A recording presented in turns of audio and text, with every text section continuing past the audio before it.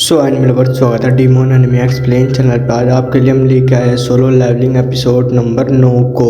मैंने इसके पहले ही बाकी के एपिसोड एक्सप्लेन कर दिए हैं। आज हम एपिसोड नंबर 9 एक्सप्लेन करने जा रहे हैं। तो चलिए बढ़ते हैं एपिसोड की स्टार्टिंग की तरफ। तो हमने देखा था जिनको के पास एक रिक्वेस्ट आई हुई होती है डी रैंक डंजन में जाने की।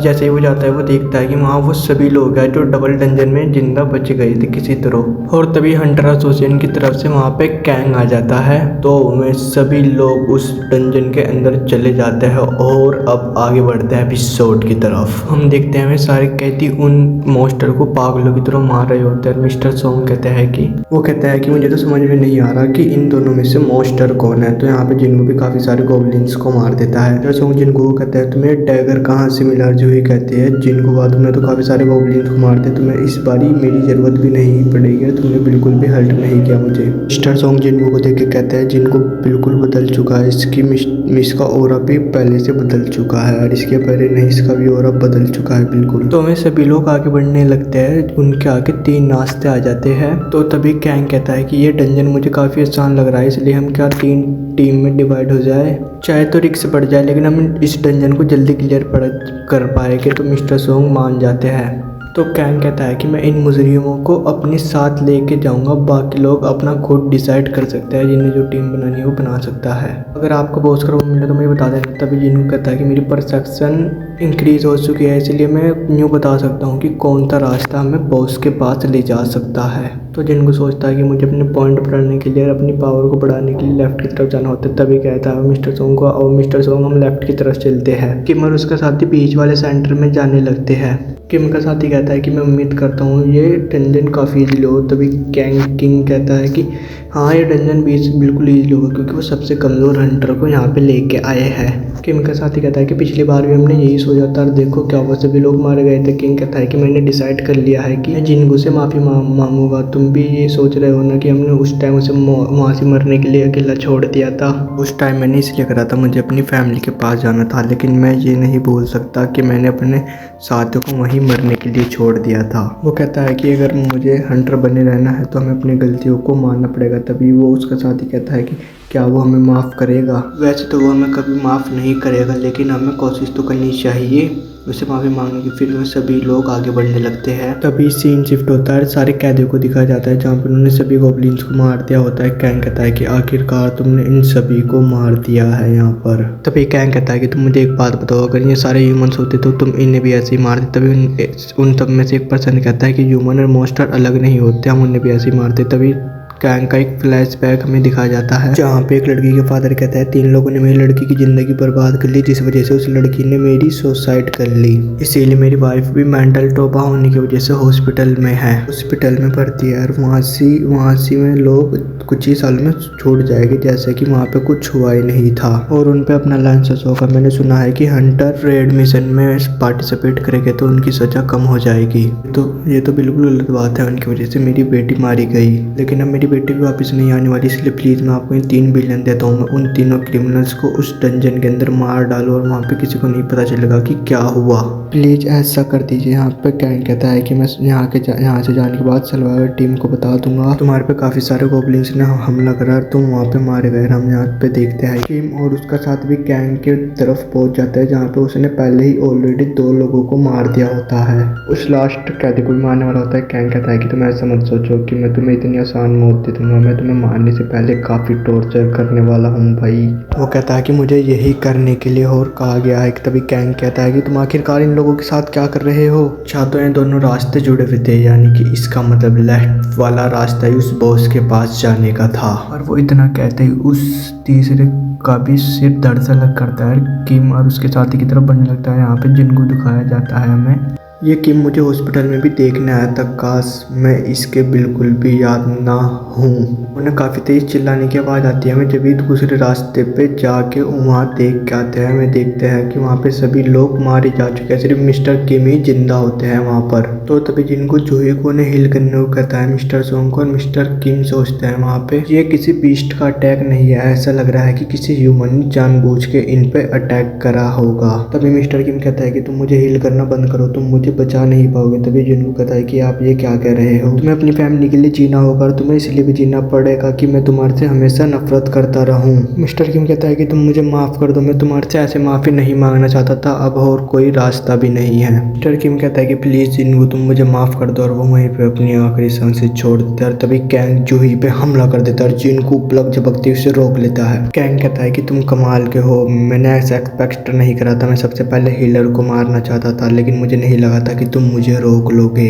तभी मिस्टर कैंग कहता है तुमने ऐसा क्यों किया है, तुम तो हंटर एसोसिएशन से हो ना। वो कहता है कि तुम ऐसा कैसे कर सकते हो। तभी कैंग कहता है कि मेरे दिमाग में एक स्टोरी आई है, मैं सबको पहले बताने वाला था कि तुम लोग सभी गॉब्लिन्स के हाथों मारे गए हो, लेकिन अब मैं इस कहानी को चेंज कर दूंगा। अब मैं बाहर जाने के बाद कहूंगा कि इन कैदों ने तुम्हें मार डाला जब मैं बॉस से लड़ रहा था, कि यार इन्होंने मेरे ऊपर भी हमला कर दिया, लेकिन इनकी ताकत इतनी नहीं थी कि ये मुझे मार सके। तो और मैं सभी को बताऊंगा। तो ये आपको कहानी कैसी लगी। जिनको कहता है कि ये कहानी बेकार है। मिस्टर सोंग कहता है कि जिनको तुम ऐसा नहीं कर सकते। वो कहता है जिनको तुम मुझे इससे लड़ने दो। तो फिर वो किम के अगेंस्ट स्वॉर्ड उठा लेते हैं। कहते हैं कि मुझे किसी के अगेंस्ट स्वॉर्ड उठाए हुए काफी टाइम हो चुका है, लेकिन एक ये बी रैंक हंटर है जो मुझसे काफी पावरफुल है। वो कहता है कि मुझे इसीलिए जूही की मदद लेनी पड़ेगी। तो जूही अपना एक स्पेल उनके ऊपर कास्ट कर देती है जिनसे उनकी स्ट्रेंथ काफी ज्यादा बढ़ जाती है। वो कहता है कि असैसिन ज्यादा डिफेंस पे ध्यान नहीं देते, इसलिए मुझे इस चीज का ज्यादा से ज्यादा फायदा उठाना पड़ेगा। तभी कैंग कहता है कि तुम्हारे जैसा बूढ़ा आदमी चाहे किसी हीलर की मदद ले ले, अपने आप को ज्यादा स्ट्रॉन्ग कर दे, लेकिन वो कुछ फायदा नहीं आने वाला। वो कहता है कि मैं इस टाइम एक स्वॉर्ड मैन हूँ और मैं तुम्हें यहाँ पे रोक सकता हूँ। तभी मैं उसके ऊपर हमला करना स्टार्ट कर देते हैं। कैंग कहता है कि तुम एक जादूगर हो तो तुम्हें स्वॉर्ड किस लिए चाहिए। वो मैं कैंग के ऊपर हमला कर देते हैं जिससे कैंग बच जाता है। कहता है कि तुम्हारी स्वॉर्ड चलाने की स्किल काफी बेस्ट है और तुमने अपने ऊपर एक कास्ट भी एक्सपेल करवा लिया है। वो कहता है कि तुम्हारी स्पीड भी काफी बढ़ चुकी है और तुम्हारा स्टैमिना भी। तो जिनको कहता है कि चाहे थोड़ी देर के लिए ही कैप्टन उसकी जितनी स्पीड पे ही हमला कर रहे हैं,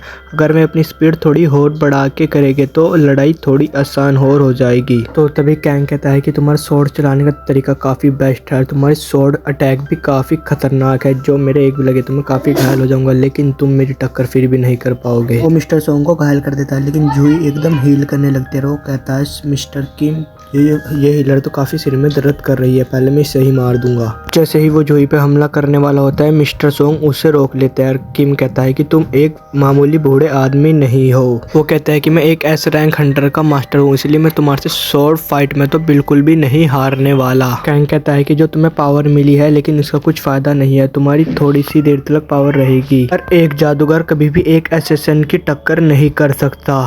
तो मिस्टर सोंग पे काफी सारे अटैक कर देता है जिससे वो काफी ज्यादा घायल हो जाते हैं और जूही भी काफी थकने की वजह से उनको हील नहीं कर पाती। वो कहता है कि यानी कि तुम्हारा अंत आ चुका है। वो जैसे एक खतरनाक हमला करने वाला होता है, मिस्टर सोंग अपने जादू से उसे जलाने की कोशिश करने लगते हैं, लेकिन कैंग उस हमले से किसी तरह बच जाता है। कैंग कहता है कि तुमने एक स्वॉर्ड मैन की तरह एक्टिंग करी जिससे मैं ये भूल गया तुम एक जादूगर भी हो, इस वजह से मैंने तुम्हारे ऊपर अपना एक फाइनल अटैक करा, तुमने उसी बड़ी चालाकी से अपना मेरे ऊपर फायर अटैक कर दिया। जैसे ही मिस्टर कैंग पे वो आखिरी हमला करने वाला होता है, देखते हैं हम जिनको बीच में आ जाता है और वो कहता है कैंग तुम फिर से बीच में आ गए क्या। जिनको कहता है कि मैं सन जिनको हूँ, एक ए रैंक हंटर। मैं ये नहीं मान सकता कि तुम एक ई रैंक हंटर हो, तुम्हारी स्ट्रेंथ और तुम्हारी स्पीड से पता लगता है कि तुम अगर एक ई रैंक हंटर होते तो तुम एक ई रैंक हंटर होते तो कभी भी मेरे हमले को रोक या डोज नहीं कर पाते।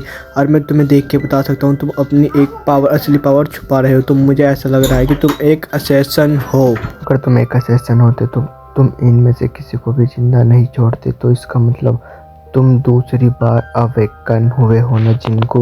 वो कहता है कि वो लोग जिनको ये सुन के कैप्टन और जूही बिल्कुल शॉक हो जाते हैं। कैप्टन कहता है क्या जिनको जो डबल डंजन के इंसिडेंट के बाद हुआ है। तभी कैंग सोचता है कि शायद से वही रैंक हंटर है जिससे मिलने गए थे, लेकिन इसकी पावर तो सिर्फ 10% आई थी, तो इसका मतलब उसकी सेकंड अवेकनिंग उसके बाद हुई है, लेकिन ये उस डबल डंजन से जिंदा बचा कैसे। वो कहता है कि तुम एक हंटर के पास बढ़िया एक्सपीरियंस है तो मैं तुम्हें और कुछ चीजें सिखाता हूँ। जिनको कहता है कि तुमने आखिरकार ऐसा क्यों किया। वो कहता है कि इन्होंने किसी को मारा था, इसलिए इनकी फैमिली ने मुझे इनको मारने को कहा। मैं इनके नहीं अपने दोस्तों की बात कर रहा हूँ। तुमने उनको यूं ही मारा कि वो तुम्हारी पोना खोल दे, लेकिन तुमने फिर भी उन्हें काफी टॉर्चर किया। लेकिन सच में ऐसी कहानी है या सिर्फ तुम जब से बकवास ही कर रहे थे।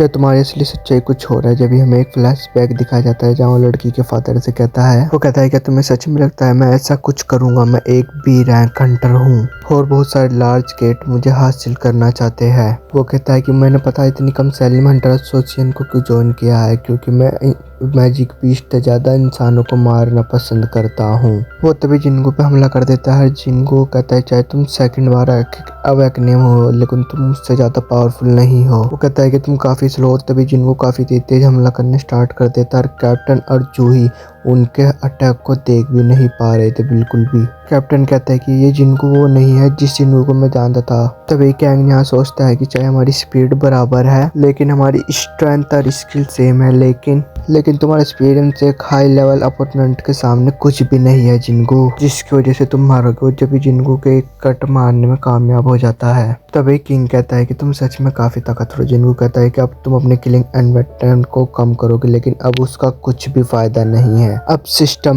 ने तुम्हें मेरा एनिमी मान लिया इसलिए अब तुम्हारा कुछ भी फायदा नहीं है। तभी कैंग सोचता है कि किस सिस्टम की बात कर रहा है। तभी जिनको अपनी पावर एक्टिवेट करके और भी पावरफुल बन जाता है। वो कैंग के अंदर अपना पॉइजन इफेक्ट कर देता है लेकिन कैंग अपनी पावर से उस पॉइजन का इफेक्ट कम कर देता है। वो कहता है कि ये तो सच में काफी ताकतवर है इसलिए इसको अपनी पूरी ताकत दिखाने का टाइम आ चुका है। वो तभी वहां से गायब हो जाता है। कैंग कहता है कि मैंने अपने आप को बिल्कुल छुपा लिया है। मेरी ये स्किल है जिस वजह से मेरे सेंसर एक्टिवेट हो जाते हैं। ये मेरी स्किल साउंड है। असेंशन में भी इसे कुछ ही लोग हासिल कर पाते हैं जिनको, और जो लोग इस स्किल के बारे में जानते हैं वो जिंदा नहीं है। वो तभी जिनको पे हमला करना स्टार्ट कर देता है और वो जिनको को थोड़ा सा घायल कर देता है। वो कहता है कि मैंने तुम्हारी टांग को घायल कर दिया, अब तुम्हारी स्पीड काफी कम हो जाएगी। तो तभी जो उसकी हेल्प करने के लिए आगे आने लगती है। वो कहता है कि तुम वहीं पे रुक जाओ, इसके बाद मैं तुम्हें ही मारूंगा। कहता है जिनू कि अब तुम अपनी कटी हुई टांग के साथ मैं इससे लड़ पाओगे, मेरी स्पीड डॉज कर पाओगे। जिनको कहता है कि तुम अपना मुंह बंद रखो और अपने डेली क्वेस्ट की वजह से अपने आप को हील करने लग जाता है। कैंग सोचता है कि आखिरकार ये कैसे हुआ। कैंग सोचता है कि मैंने ऐसा कभी नहीं देखा, ऐसा कभी नहीं सुना। एक फाइटर के पास हीलिंग मैजिक है, ये इसे कितनी बार यूज कर सकता है, मैं तो इसे प्रोटेक्ट भी नहीं कर सकता। जिनको कहता है कि मैंने आखिरकार अपना एक और इमोशन खो दिया। जिनको कहता है कि मुझे तुम्हारे जैसे पर्सन्स पे गुस्सा भी नहीं करना चाहिए। वो कहता है कि आखिरकार ये बात है तो तुमने पहले भी किसी को मारा होगा, तुम तो बिल्कुल मेरे जैसे निकले। तो मिस्टर सॉन्ग कहता है कि इसने कम टाइम में काफ़ी खतरनाक डिसीजन लिए होंगे जिस वजह से ये ऐसा बन गया है। तभी कैंग कहता है कि टू अवेकनिंग ऐसी पावर है कि जो इस वर्ल्ड के रूल्स को चेंज कर देती है। ये डंजन हंटर्स के लिए बिना कानून की जंगें हैं जहाँ वो जीतता है जो ताकतवर हो जाता है। फिर वो जिनको पे हमला स्टार्ट कर देता है करना, लेकिन जिनको बड़ी आसानी से उसके सारे हमलों को डॉज करने लगता है। तभी कैंग सोचने लगता है ये तो मेरी किलिंग अटैक से मेरी जगह का पता लगा रहा है, लेकिन तब भी मेरी परफेक्ट लोकेशन का पता नहीं लगा सकता। तभी जिनको अपनी एक स्किल एक्टिवेट कर देता है जिससे कैंग के चारों तरफ अंधेरा होने लगता है, जो कैंग को महसूस होता है। हम देखते हैं कि जिनको का डैगर कैंग के आर पार हो जाता है। तभी कैंग का गेम वहीं पे नहीं खत्म होता। कैंग कहता है कि जिनको तुमने मुझसे पूछा था ना मैं लोगों को क्यों मारता हूँ, एक हंटर दूसरे लोगों से काफ़ी अलग होता है, वो हमेशा मौत के साथ खेलता रहता है। और हम दोनों भी ऐसे ही है, हम दोनों भी किलिंग मशीन बन चुके हैं और एक मैं लूज़र हूँ इसलिए मैं यहीं पे मरूंगा। और यही इस दुनिया का रूल है। और लेकिन तुम आखिरकार हो कौन? तुम एक असैसन हो जो हीलिंग मैजिक भी यूज़ कर सकता है। मैंने आज तक ऐसा कभी सुना या देखा नहीं है। तभी जिनू कहता है कि मुझे भी नहीं पता कि मैं क्या हूँ। तभी वूंग कहता है कि अब तुमने जब मुझे मार दिया है तुम अपने लोगों से अब ज़्यादा देर तक अपनी आइडेंटिटी छुपा नहीं पाओगे। जिनको कहता है कि मैं तुम्हें एक बात कहूँ, मैं एक ऐसा पर्सन हूँ जो हमेशा ग्रो करता रहता हूँ। तभी कैंग हंसते हुए कहता है कि तुम एक ऐसी परछाई के साथ हो जो पहले ही डार्क स्नेक्स में है, तुम्हारी पावर का कोई सामना बिल्कुल भी नहीं है। कैंग कहता है कि अगर तुम उस परछाई में देखोगे तो परछाई तुम्हें भी घूर के देखेगी। तो कैंग को मारने के बाद जिनको को काफ़ी सारे रिवॉर्ड मिल जाते हैं। जिनको कहता है कि मुझे फील हो रहा है लड़ने के साथ साथ मेरी पावर बढ़ रही है, लेकिन मैं कुछ लड़ने के साथ साथ खोता भी जा रहा हूँ। तभी कैप्टन और जूही उसे शुक्रिया कहते हैं जिंगू को।